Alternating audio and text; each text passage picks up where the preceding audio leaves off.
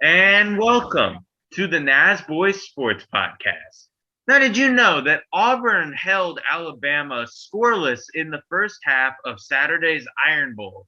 This is the first time since 2000, which is also Christian's birth year. Yep, So, it is. anyways, guys, welcome to the Nasboys Sports Podcast. I'm your host, Mike, aka Mike Bob Fan 101, with my good friend and co-host Christian, aka C Will. What's up, guys? And we do have a packed show today. As you can tell, Mike's wearing Washington gear. I'm wearing Seattle gear. Both of our two teams are facing off on Monday Night Football. So Yes. let's get right into this with the NFL news. Yeah, most likely the game. This will be uploaded after the game ends, so I'll put the score probably right here. But if not, cool. I did something fast. I'm personally gonna pick the non-biased pick, being the Seahawks, but I'm definitely rooting for my Washington team. Well, I have to say the same. I think Washington's going to win. I'm Dang. not being biased, so I'm going to say Washington's going to win at home because Seattle has been struggling recently, as you can tell.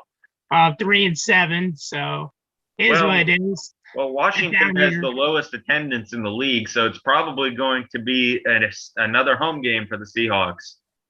It's going to be cold, too. I wonder what the game time temperature is going to be, and maybe we'll see snow. Well, living in Maryland, which is very close, or actually, it's where the stadium is. I forgot it's in Landover, Maryland. It'll probably be in the 40s. So, righty. Let's get started with the news. We are going to start off with the NFL. Texans cut running back Philip Lindsay.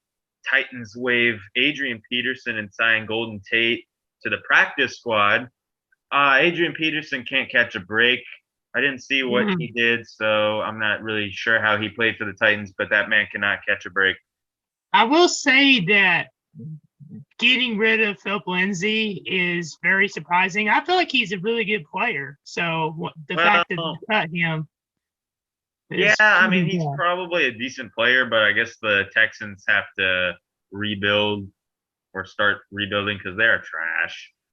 I mean, I just think it's a bad move, but it is what it is. They're trying to rebuild, and it didn't help them because they lost today to the Jets of all teams. So, I mean, they are tanking. They are tanking.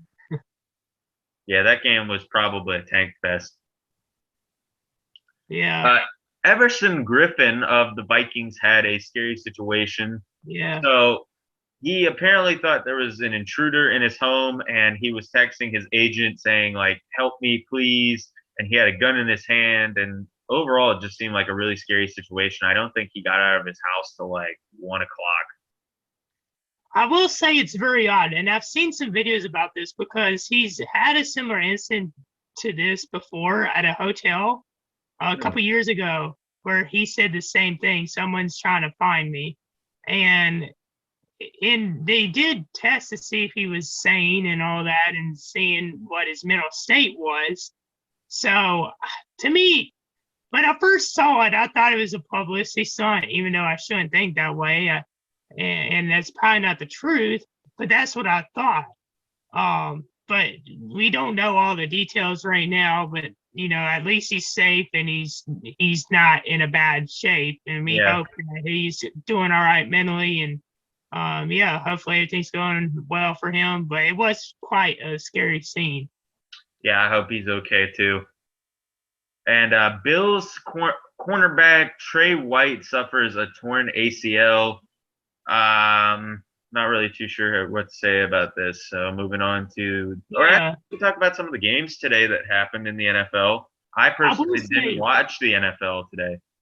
I will say Tre'Davious White, he's been a really good player for them, for the Bills. So it does hurt them that they lost him for the season. They did beat the Saints on Thanksgiving, which there was a couple games on Thanksgiving Day. Yeah. The Bills beat the Saints 31-6, and they're 7-4.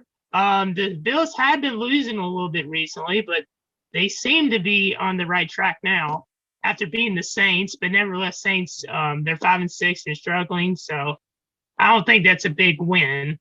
But probably, of course, the best game on Thanksgiving Day was Raiders and Cowboys. Yeah. And I'm sure you watched that, Mike. That was a pretty crazy game. I did watch that after Thanksgiving dinner. My parents were napping, and I was watching that game. It was a pretty interesting game, I'd say.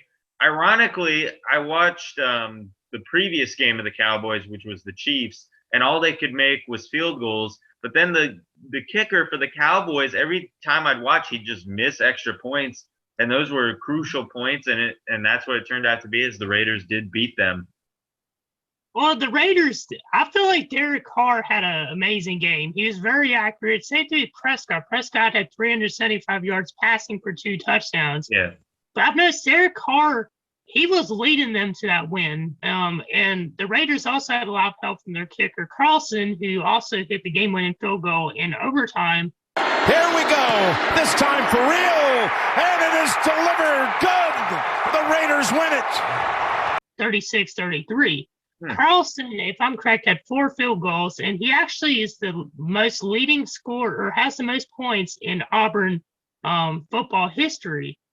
He was with them for like 4 or 5 years, and yeah, I thought that game was pretty crazy. We saw some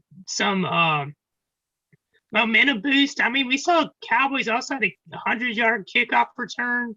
And things are going good for Cowboys. I thought Cowboys were going to win, and then Raiders came storming back, and Derek Carr led them.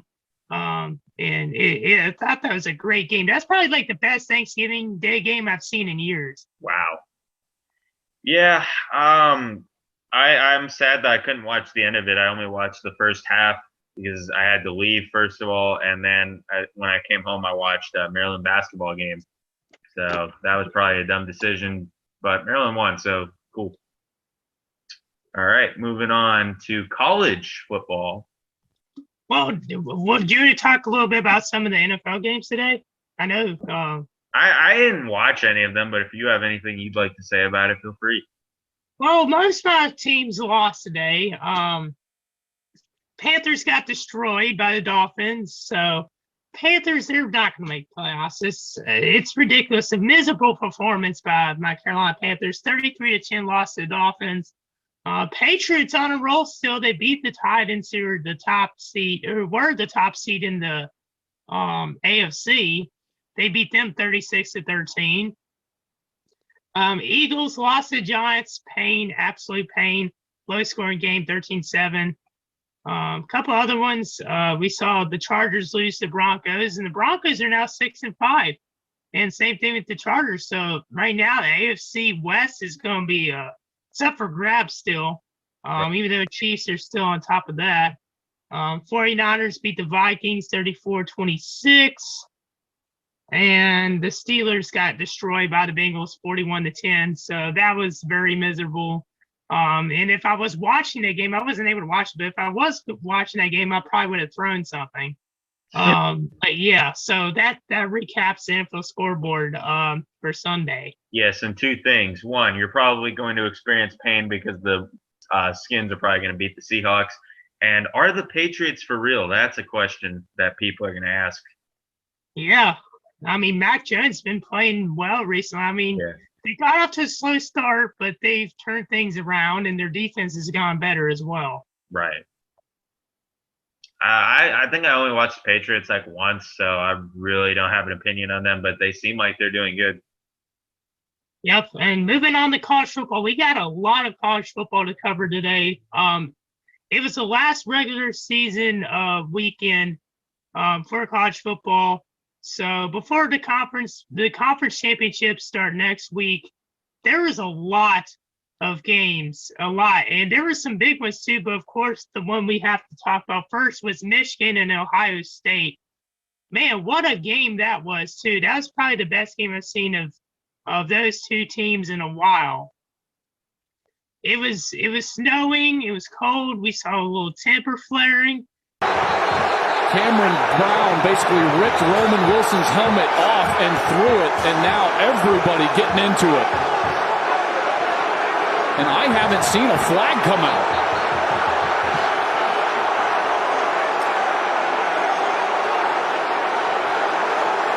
This is the great American.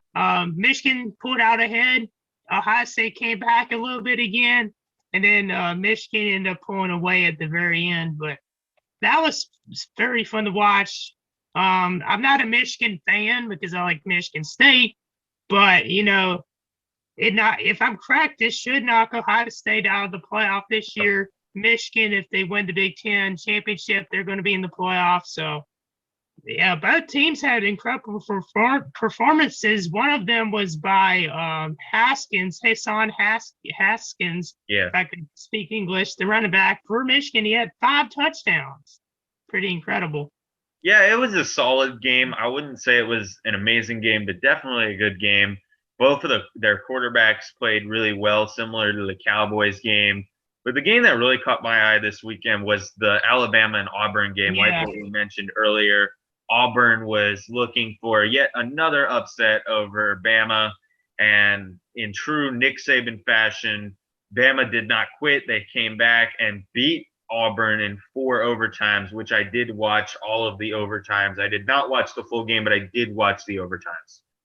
I was very nervous because, I was watching Michigan State and Penn State, and after that ended, in which, Michigan State won over Penn State 30-27. After that, I switched over to Alabama, and Alabama's number 3 in the country. They were headed to the game 10-1. Auburn was headed to the game 6-5. Auburn had just lost to South Carolina, and I was thinking Auburn was going to get destroyed. And now I'm over here looking at TV. What? Auburn's winning? Yeah. I'm just shocked. And Alabama's offense was so sloppy throughout that game. A lot of missed catches and turnovers. But heading into that final drive, Alabama had a 99-yard drive that sent it to overtime.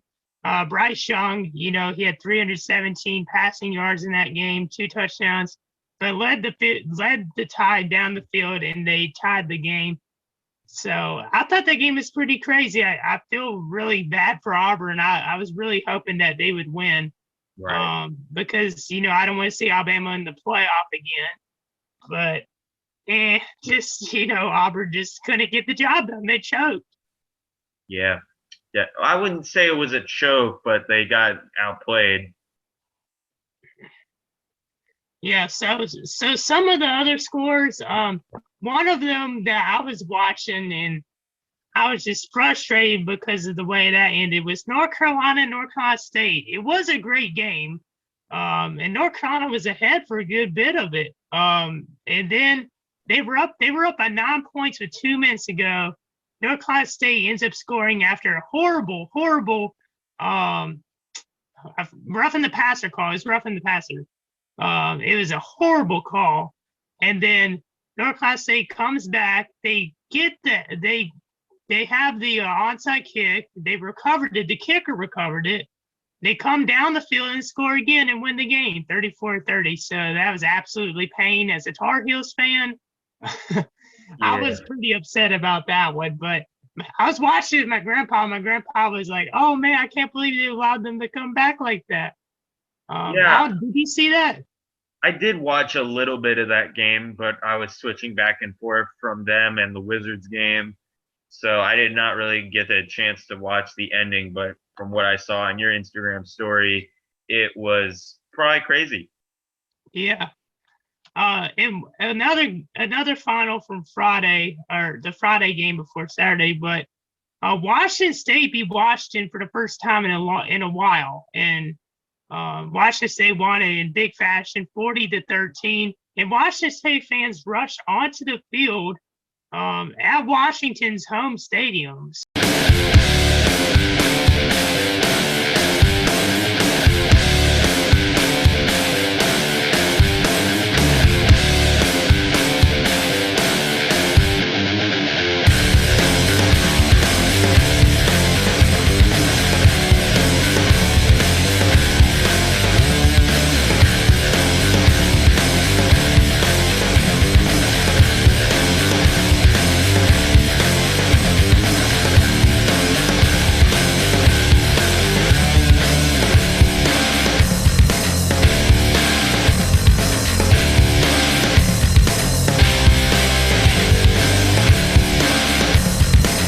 Kind of, some people are like, "Oh, it's disrespectful" and all that, but Max, I'm trying to say pronounce his name. Max Borghi set the all-time Washington State's touchdown record. So congrats to him. But moving on, but continuing on with Saturday, another big game was number 7 Oklahoma State and number 10 Oklahoma, which Oklahoma State won. And Oklahoma State's now going to be in the Big 12 championship. Oregon beat Oregon State. BYU held off USC. So, yeah, there was just so many games this weekend that were really good. Another one that caught my eye was LSU upsetting number 15 Texas A&M. LSU did not have a good year this year, but they threw a touchdown with under 20 seconds left to go, and is Ed Orgeron's final win for the Tigers, because he's not going to be coaching for them next year.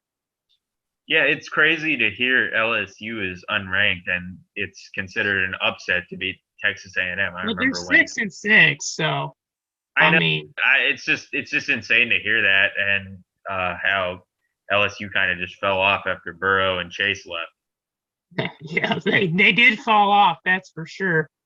But yeah, that pretty much wraps up all the college football scores from this weekend.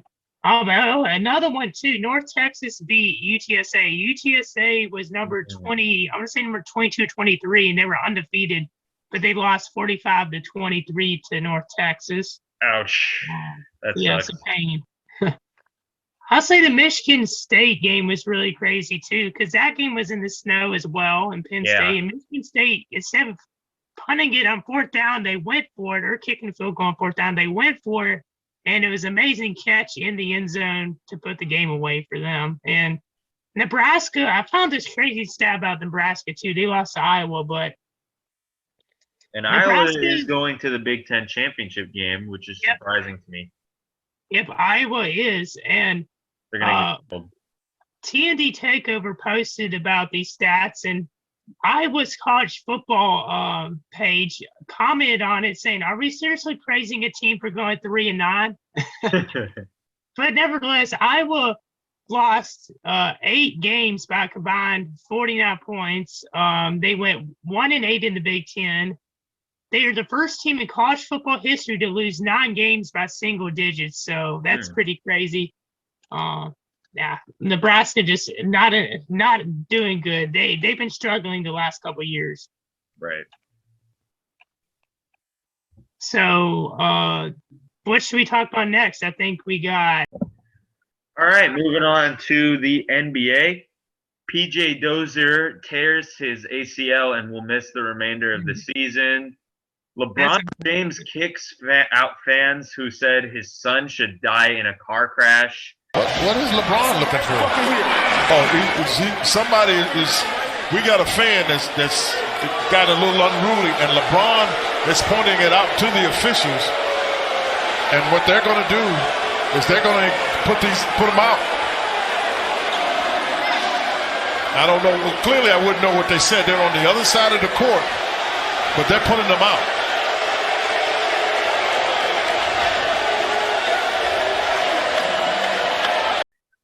When I first heard about this, I thought it was LeBron being a baby again. But after reading the claim that they said that, I agree with him. I'm not the biggest LeBron James fan, but I definitely agree with him.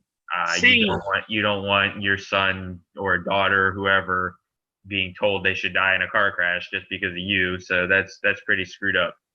Exactly, man. I remember I thought the same way too. Like at first I thought it was just LeBron, being a Karen.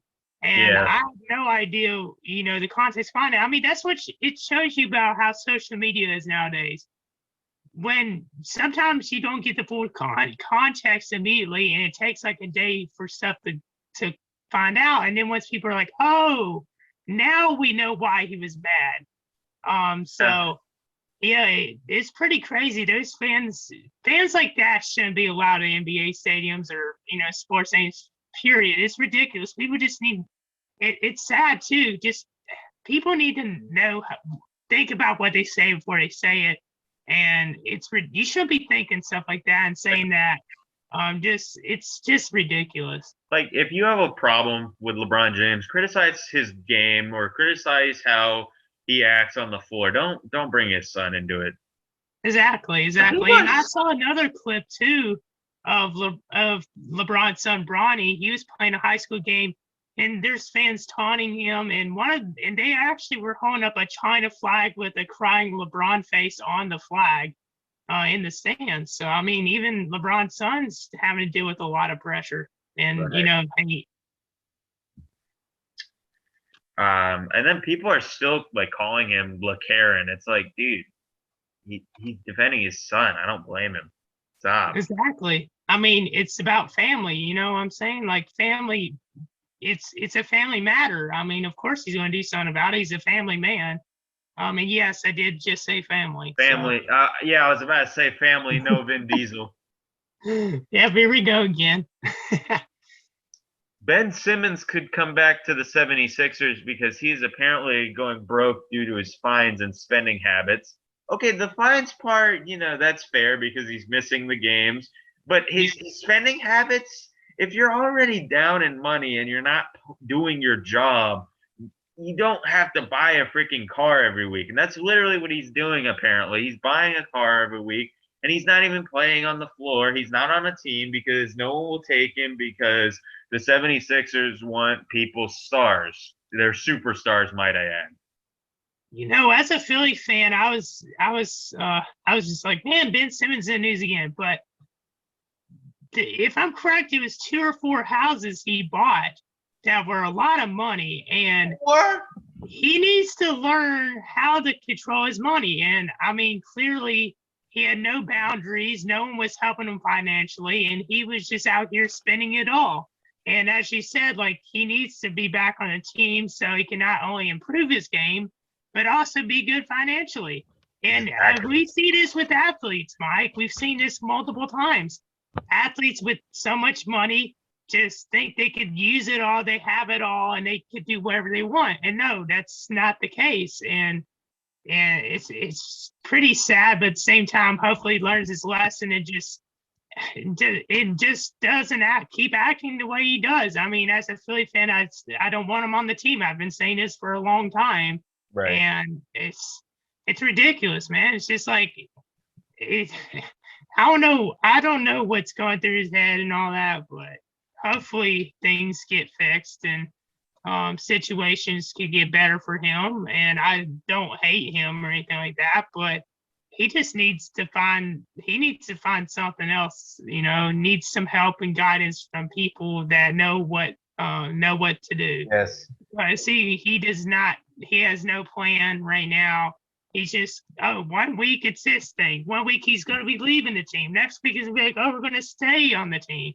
Right. Just, come up with something else. Right. And this guy needs a financial advisor. I mean, really, Exactly. buying 4 houses and cars every week, really? I mean, I've seen some dumb purchases. Like, there's a video of what Tyler Hero did with his first paycheck, and some of his purchases were dumb. But Ben Simmons, I think, takes the cake for that. Yeah, for sure. And I mean, there's plenty of pictures of him wearing a very, very fashionable clothing, just really expensive clothing. Jalen Green is week to week with a hamstring strain. That's a tongue twister. That's probably going to hurt the Rockets, but they're already tanking as it is. Yeah, they are not doing too well. We mentioned this in last week's episode. If I'm correct, they only have 2 wins, which one of them, 2 or 3 wins, they actually beat my Charlotte Hornets last night, 146-143 in overtime. Christian Wood with 33 points. But the Rockets, they're tanking, Mike. I think they're trying to get another number 1 pick or another lottery pick. As they should. Jalen Green's been huge for them, even though, well, he's a rookie, but he's been huge for them. Like he's basically, I feel like he's definitely at the top right now of the Rookie of the Year standings. So hopefully he gets back soon for them. He's very fun to watch. Yeah, I've seen a couple of his plays. I've not seen him in a game yet, but I have seen a couple of his plays. And speaking of the Rockets, there was skepticism that John Wall could return to the team and actually play, but they wanted him to come off the bench So he said, I don't want to do that. And now he's still sitting out again, which as a John Wall fan, this is pain. And yet again with John Wall, another but, you know what I'm saying? Just there's always something with Wall. It's like, oh, he's going to return, but this happened. Oh, he's going to come back, but another injury. He's going to come back, but he doesn't want to play on the bench. He doesn't want to start at the bench. Kind of reminds me of Carmelo Anthony when he's on the Thunder. Oh, I'm not going to I'm not going to start off the bench, or I'm not going to come off the bench. I want to start. I mean, for Wall, he needs to get on the floor so he can make his trade value better. And him not playing is not only making the team worse, it's making himself look worse in the process. That is true. And I mentioned this last week about Wall, or 2 weeks ago about Wall. I mean, I just think it's just, I hate to sound like this, but I just think it's a clown show. Kind of. I see your point there. I understand why John wouldn't play because he is getting that money because he's been out for 2 years.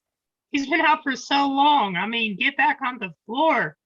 Well, some of it he can't control because he's had multiple injuries. And at the end of last season, he wasn't playing at his best because of his injuries. And then all of a sudden he has to sit out because he didn't want him and the Rockets didn't want to play for each other. It does kind of remind me of when Kawhi Leonard was on the Spurs and he got hurt the year after he got hurt. He sat out even though he could have returned. So it kind of reminds me of that. He's sitting out because he wants to leave. That's just what I think. I think Kawhi didn't want to leave. He just got forced out of Toronto. Well, I remember there was a lot of rumors saying he wants to leave, and that's why he was sitting out. And then he ended up getting traded. No. It was DeRozan that didn't want to leave. No, what I was saying was Kawhi wanted to leave. Yeah. But there was rumors of him wanting to leave. That's why he was sitting out. And then there was rumors of him being injured, and that's why he's out. Yeah, so it reminds me of that Kawhi situation. Yeah, one of them wanted to get forced out, and I remembered it was DeRozan that did not want to get forced out, and he was upset about that. Yeah, and he got traded for Kawhi, who was trying to leave San Antonio. Right, I remember that now. Ja Morant has a sprained left knee and is out with an unknown timeline. That's not good for the Grizzlies. That guy has helped so much. And it's ironic because he just had a big commercial where, it's like ignoring all the negativity. And the whole topic was like saying, says who, and now he's hurt. I mean, it's crazy timing, but they filmed that months in advance. But yeah, it's I know, but the timing when they released it is so ironic. It's bad timing for Memphis too, because they were just now 8th in the Western Conference. They had been winning some, and they moved to 50% winning percentage, 10-10. So we'll see how long him being out will hurt them in the standings. We'll see if they drop. But right now they're 8th, and the Los Angeles Lakers are 9th, and LeBron. He had returned, as we mentioned. LeBron, I don't know if this is on your news, but LeBron got fined for doing the Sam Cassell celebration after hitting a game-winning shot in the Pacers. I thought that was a horrible fine, even though it's nothing to him. But I thought it was pretty soft. Yeah, the big balls dance has been coming back recently. I think I saw Fred VanVleet did it too. Yeah. And do you have any more NBA news? Yes, we got Goran Dragic will be stepping away from the Raptors indefinitely due to personal reasons. A lot of people leaving for personal reasons. This is the second guy I've seen this season in the NBA. The Bucks are signing Demarcus Cousins. Will this last? That's the question. It could help hit off the bench. He could be a good backup for Brook Lopez, but Demarcus Cousins has stayed on teams for let's say 20 games, and then they waive him or he leaves. Exactly. He's like he just jumping ship, you know what I'm saying? He's bandwagoning. I'm not going to say bandwagoning, but he's just trying to get a ring, and he's going to whatever team contender he can to get one the easy way. Yeah, it's understandable. I guess. I've never been a DeMarcus Cousins fan, and I remember I got really upset when he went to Golden State and when he went to LA because he's just trying to go to these teams to win the championship. He's just jumping around to whatever star team he can. I mean, I mean, the Bucks are number 4 in the East, so they're 13-8. They're actually tied right now with the Bulls for the 4th spot in the East, and then the Hornets are 6th in the East with 13-9 record. I just think that the Cousins just, whenever he goes to every team, he causes a lot of drama. Right. I mean, I haven't really heard too much drama from him, but I do know he is a drama queen. Yeah, I mean, that's for sure. I will say real quick before we move on, the Philadelphia 76ers, what has happened to Philly, man? It's so unfortunate. We 1 week we were on top of the Eastern Conference. The last 2 weeks we have now fell to 11th. It's ridiculous. Like now 10-10, 2 losses in a row. We beat Denver, but I mentioned this last week. We beat Denver, lost to Utah, and then we lost to Minnesota ball teams. Why are we losing to teams like Minnesota?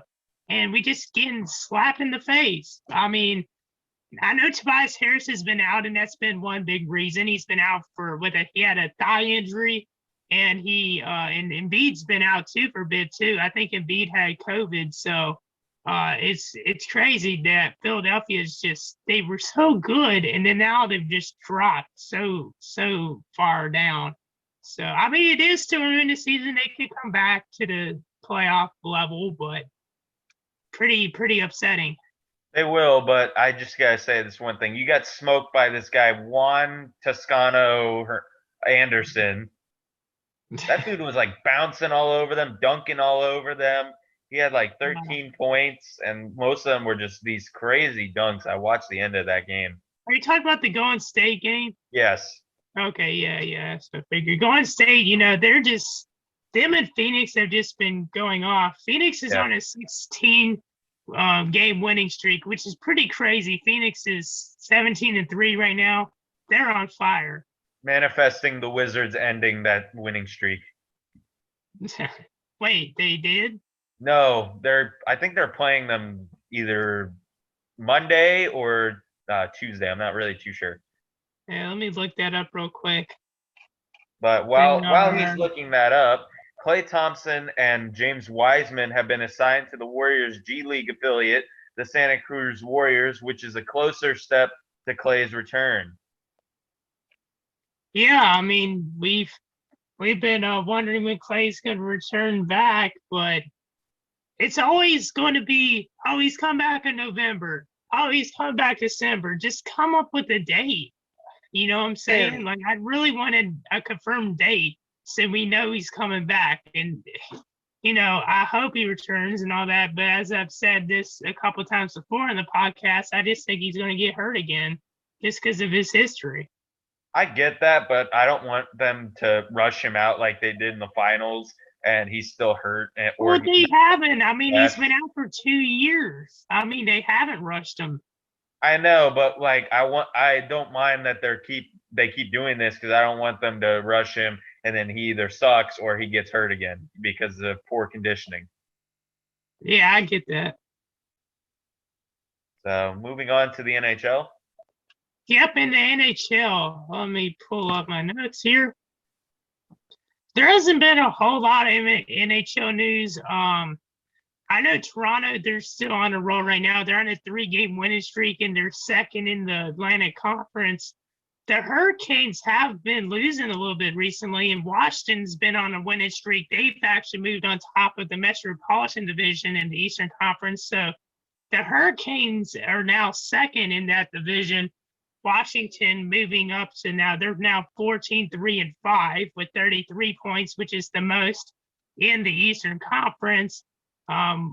Western Conference is still the same as last week. Minnesota's on top of the Central, Edmonton and Calgary on top of the Pacific. I've noticed the Winnipeg Jets have been moving up some.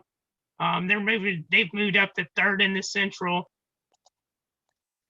But there hasn't been very, very many NHL news. I will say one thing that was quite interesting I saw was, let me pull up the clip.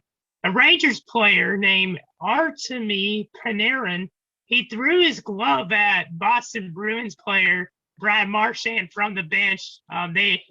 he just threw it at him from the other side of the bench, thinking he could continue their little beef. Sure, we've got Brad Marchand and Artemi Panarin yelling at each other, and right during the play, Artemi Panarin actually took his glove off and threw it across right over me to Brad Marchand. We'll see if we can get a look at it. Here he's right behind the linesman. So I thought that was pretty funny. I saw that. That was funny. Yeah, it was.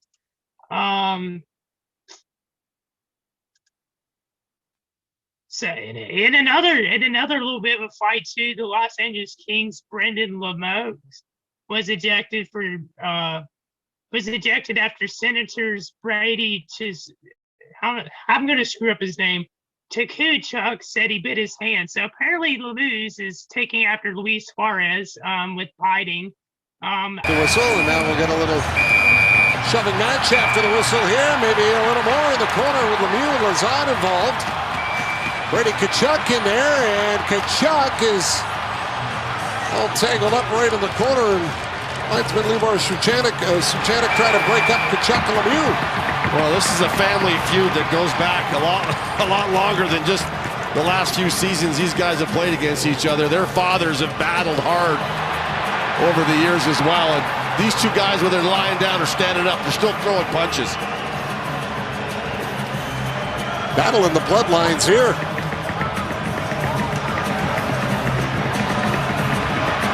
There's some extra shots being given here. Oh no, they're on the ground. They haven't they're stopped. Still going.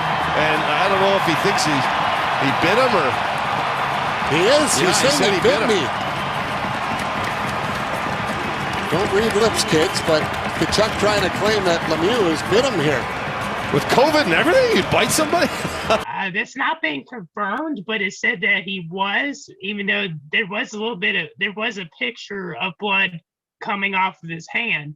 So, yeah, I've never seen that before in hockey. So it's, why would you be biting people in the first place?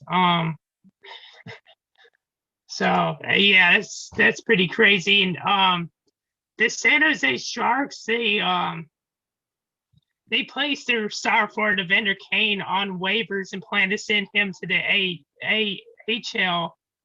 Which is pretty crazy because Kane has been one of the best, if I'm correct, one of the best NHL players in the last 5 years. But he switched agents recently. He had a $7 million contract, but I don't really know what's going on with them. Maybe there might be a little bit of disagreements and some medical leaves, but other than that, I mean, that's all the NHL news. Yeah, Christian, he apparently had a fake vaccination card like Antonio. Oh, he did?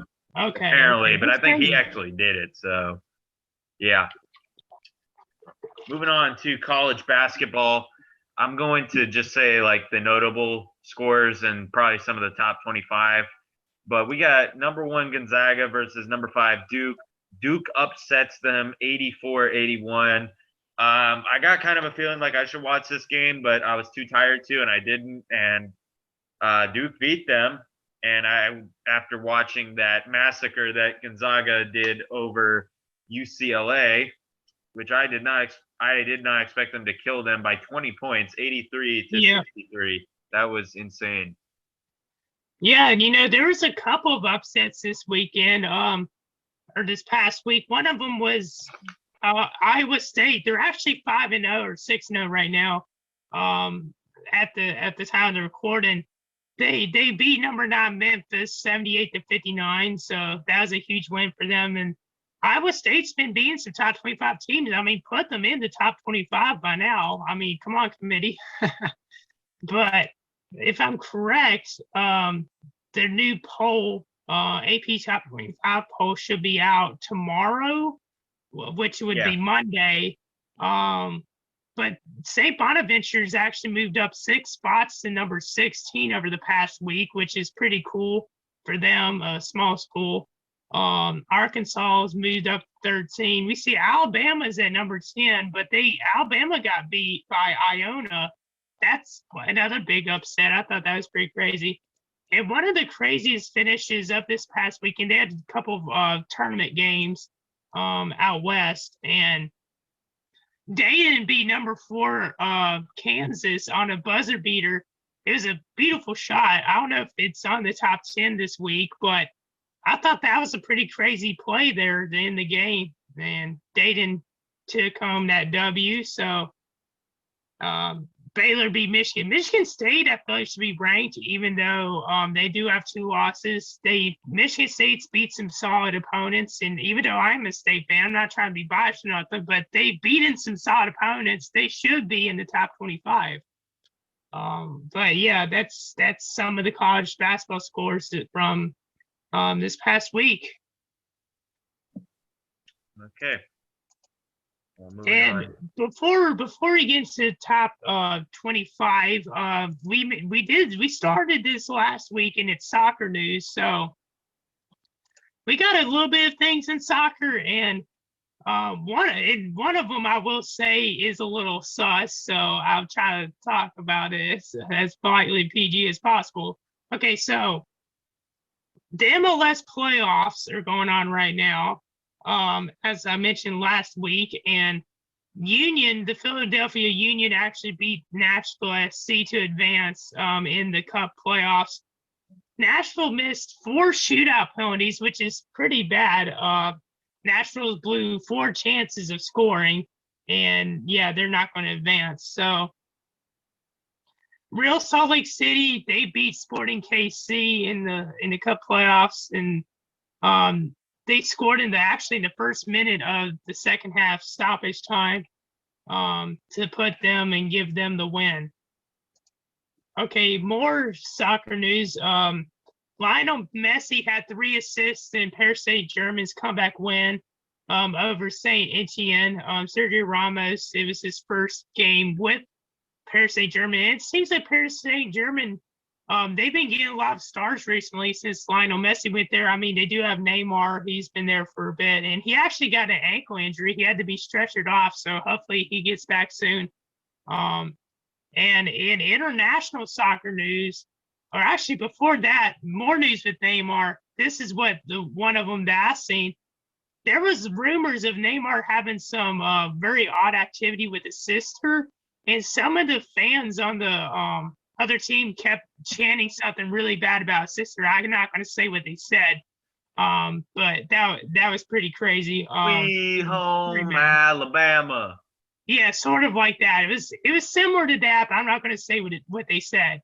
But in international news, Portugal and Italy will not make the World Cup, which is really surprising to me because Portugal has Cristiano Ronaldo, and Italy is a team that's been in it a couple times recently. So, yeah, not seeing Portugal in World Cup's going to be weird because, Ronaldo's usually in it, and the World Cup is next year.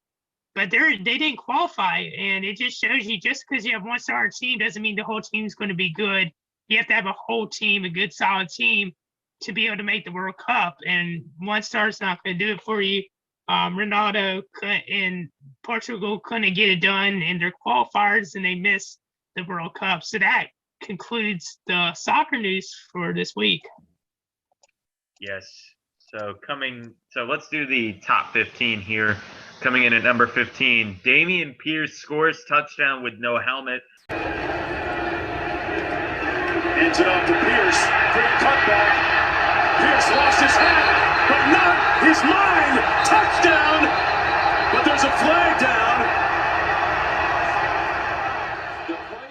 I don't know if this counts, but it's the effort that counts for me. Moving on to number 14, we got Terry Rozier with the nice ball handling skills. Roll the clip. Oh, my. Whoa! Oh, come on! Did Muggsy ever do that? No, he didn't. In at number 13, Michigan State alley-oop for the win.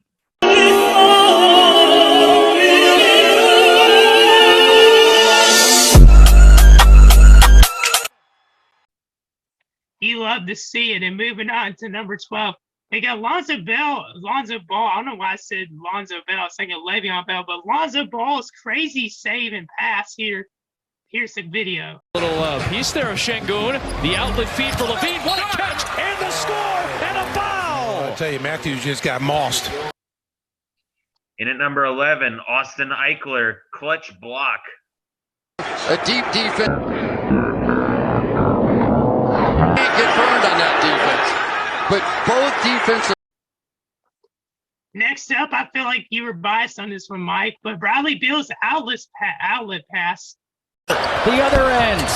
Long. Kuzma tips it to Beal. The football pass to Harrell. And the finish. Touchdown. I honestly, personally don't think that should have been top 15, but it's Mike. You made the list, so I'm not hating or nothing. I'm not hating. Decent play, so maybe a little bit. But in at number 9, David Montgomery keeps running after his shirt gets stretched. Bears have rushed for 12. Somebody's going to need a. David Montgomery's a beast. I remember seeing. I remember watching him in college at Iowa State. I was thinking, oh yeah, he's going to be a good run back in the NFL. But moving on, we got number 8. My Charlotte Hornets get this amazing stop here and end up getting the buzzer beater for the win. Here's the video. Look at this, a 5-on-1. Blocked! Saved! Still time! Miles! What do you got? Yes! That's how you end the half! It was a... In at number 7, Dayton buzzer beater to beat Kansas. They're looking for him to drive the basketball. And there he goes. Here he goes at the basket. Rejected. They get it back, though. They get it back. Seal for the win. Oh, and they win it. Oh, my God. Oh, my God. It went down. Oh, my God. This is Lowell, the Austin Peas, the Lipscombs, and come out of neutral floor and beat the Jayhawks. Wow, I'm talking about the bounce going their way. Yep, and that was the one I mentioned earlier. I feel like should have been the top 15, which it is. So yay! But moving on to number 6, we got Trace Jackson's insane layup. Here's the clip.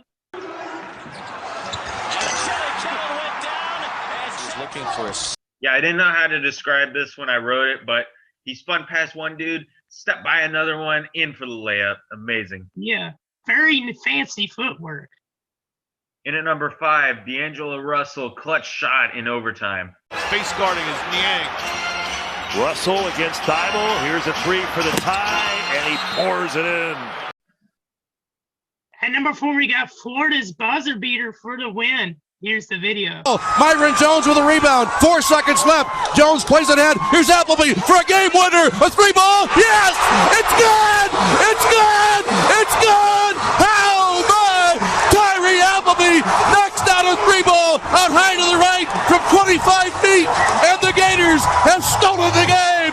The Gators have won the Fort Myers tip-off on Tyree Appleby's game-winning 3-pointer. Florida 71 and Ohio State 68. In at number 3, Sean Taylor's brother gets the game-winning interception the day of his brother's passing. Sorts of time. He's going to throw it back across his body. Intercepted. Bad decision from head. Sean Fresh. Gabe Taylor has it. I beg your pardon. Taylor, second straight week with an interception. Talk about, a memorable moment. And moving on to number 2, Lonzo Ball again with another passing play. This one behind the back. I thought this one was very insane. Here's the video. Vucevic on the drive. The kick to Ball. What a save by Lonzo Ball. White had it knocked free by Okeke. Yeah, that was going to be number 1, but in at number 1, Alabama scores game-winning 2-point conversion after 4 overtimes in the Iron Bowl. Leary in motion. The throw goes the other way. Mechie's in. Alabama wins in 4 overtimes. Yeah, I would have to say my favorite play of their scoring in the overtimes and at the very end of the regulation was the one with the catch at the very corner of the end zone. I thought that was really good. I feel like one play that should have made the top 10 or top 15 this week, there were so many good plays, so, we can't include all of them. But another one I thought this was pretty crazy. There's 2 of them. Sam Howell running for a touchdown. He got flipped over but still landed it. He had stiff armed a guy too. He was quarterback for the University of North Carolina Tar Heels. And then another one too was Michigan State's. They had that fake, or they were going to fake it, but they went for it on 4th down and caught the touchdown pass at the very corner of the end zone for the touchdown to put the game away. So yeah, that's going to wrap up the top plays of the week. And that will wrap up the episode as well. Thank you guys so much for watching. Comment, like, and subscribe. We will see you guys in the next video. Make sure you guys follow our socials. Peace. Peace.